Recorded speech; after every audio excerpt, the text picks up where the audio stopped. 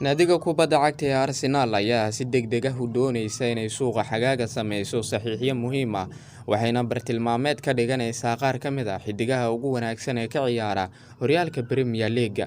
Sidaas darteed, waxaa haatan ay awoodeeda isugu geynaysaa saxiixa laacibka khadka dhexe kaga ciyaara naadiga Wolverhampton Wanderers ee Ruben Neves si ay ugu xoojiso khadkeeda dhexe.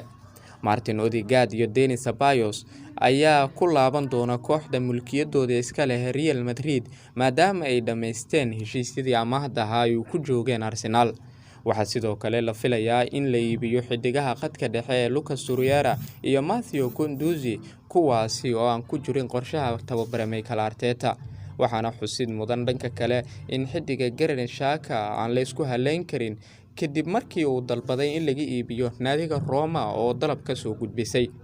Sida laga soo xigtay wargeyska ee Gunners ayaa la fahansan yahay in uu dhaqaaqayso saxiixyo cusub oo ku qotoma khadka dhexe kadib markii xidiga badan ay faaruujiyeen Emirates.